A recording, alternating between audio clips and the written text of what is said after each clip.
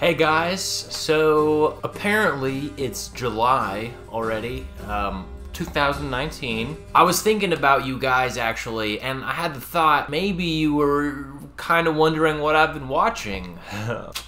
Oh, you guys, stop flattering me. Well, I've recently rededicated my life to rewatching over and over The Room. You are tearing me apart, Lisa!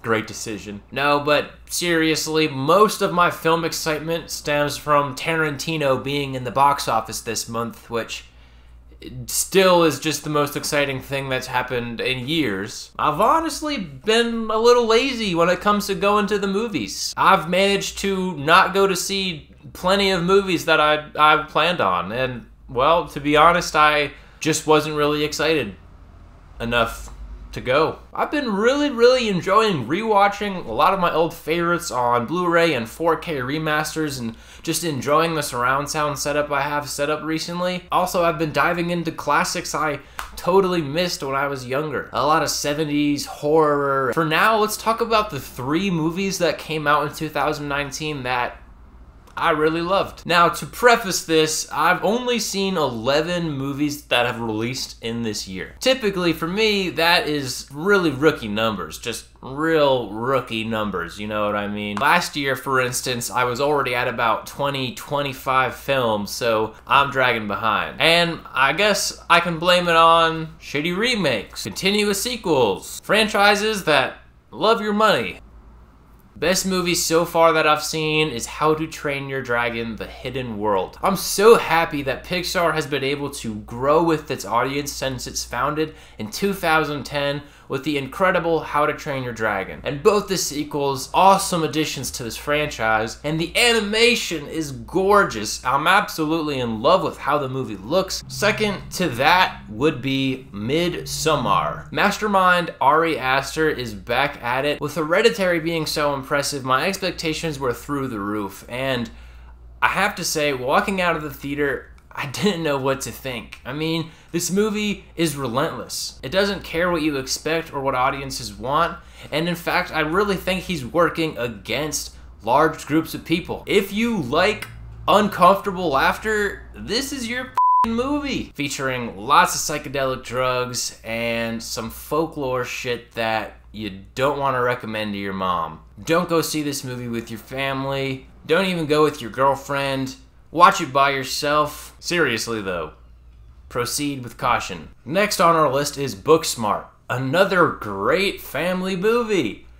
It's a great family movie for those looking to introduce their children in a humorous way to lesbian porn or teachers getting it on with seniors. No, but really, Caitlin and I could not stop laughing during this entire movie. Caitlin Denver and Beanie Feldstein are incredible together. This is in every way the female Superbad. Honestly, I think I got more laughs out of this one than I did the classic. Alright, I know, I've missed a lot of great films. There's been a lot of great content keeping me away from the theater, such as Ben Affleck's comeback series, and this one German director who has been blowing me away.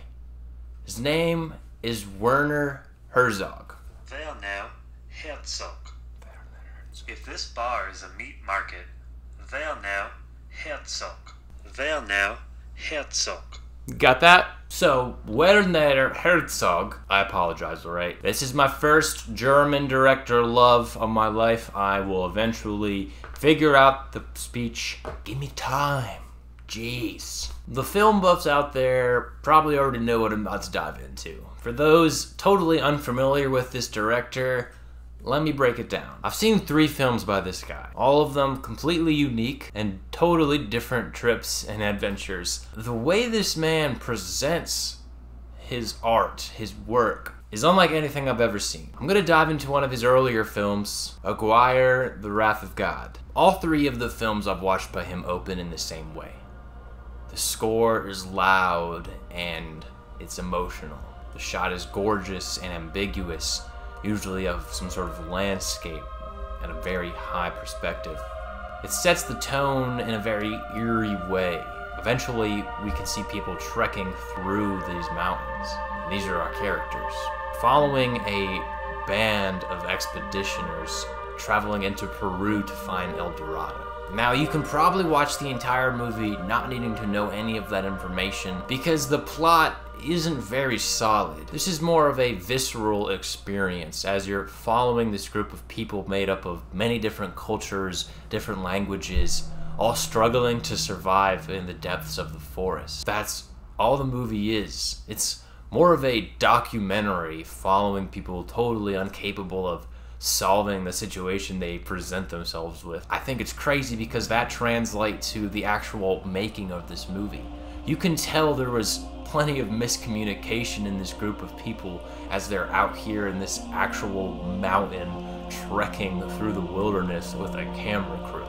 I can only imagine the difficulty of making this movie in the 70s. It's tragic, and it's dark, and it's emotional, and it's all summed up in this awesome movie that I think is timeless. This leads me directly to the next film, which is Fitzcarraldo, starring the same actor as Aguirre, Klaus Kinski. I'm not even gonna try to pronounce that right. It's this guy.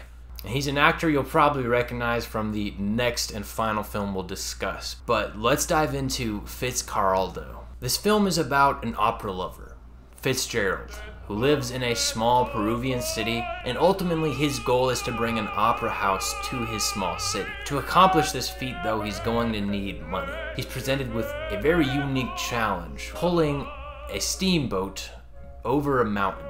Fitzgerald is very much Herzog himself represented through a character. He uses a band of natives that the movie actually contributes to, but they physically manage to pull this steamboat over a mountain and capture it on camera. That is physical, intense, demanding work. Watching this film is watching real people struggle to accomplish a task, and in that sense, it's one of the realest and most intense films I've ever seen. It's nearly 3 hours long, and I'll be honest, it does drag. The concept and what Herzog wants to accomplish, and the performance that Klaus Kinski delivers through Fitzgerald is all spectacular. It's definitely 5-star work. Third and last film I've currently seen from Herzog is Nosferatu, the Vampire, which is a remake of a classic film, the classic 1920s film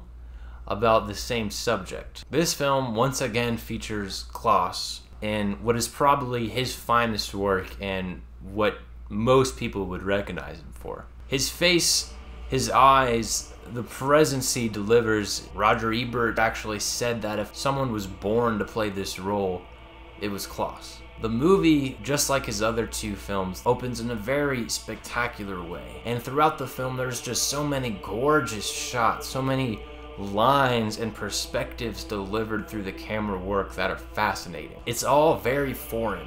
As the American white boy that I am, I was still very much able to enjoy it and dive deep into the cinematic pleasure that Herzog puts together. I'm not certain if watching this first will ruin the other performances by Klaus for you, but once you see him as Dracula, it is impossible to unsee it. I mean, he is Dracula. With this being the last film I've seen from him, he's honestly one of my favorite actors. The man is incredible. They didn't have much to work with in the effort of making this a horror film, which I think it elevates itself from. It's not only a horror, but it's a drama and it's a timepiece. And I think Klaus does an incredible job of bringing together those tense moments to create cinematic imagery and tension that is so much fun to be explored. Currently sitting here waiting for Hurricane Barry to hit down here in Lafayette, Louisiana. Bought Great Gatsby and 10 Things I Hate About You to watch during the storm, so gonna give those two a rewatch. Thank you guys for watching and being back here. Stay up to date with my Instagram. I'm always posting reviews. Of course, I have my website also if you just want to get all my reviews at once compiled in a very neat order. You can check that out as well. Thanks for giving me a reason to make videos, guys.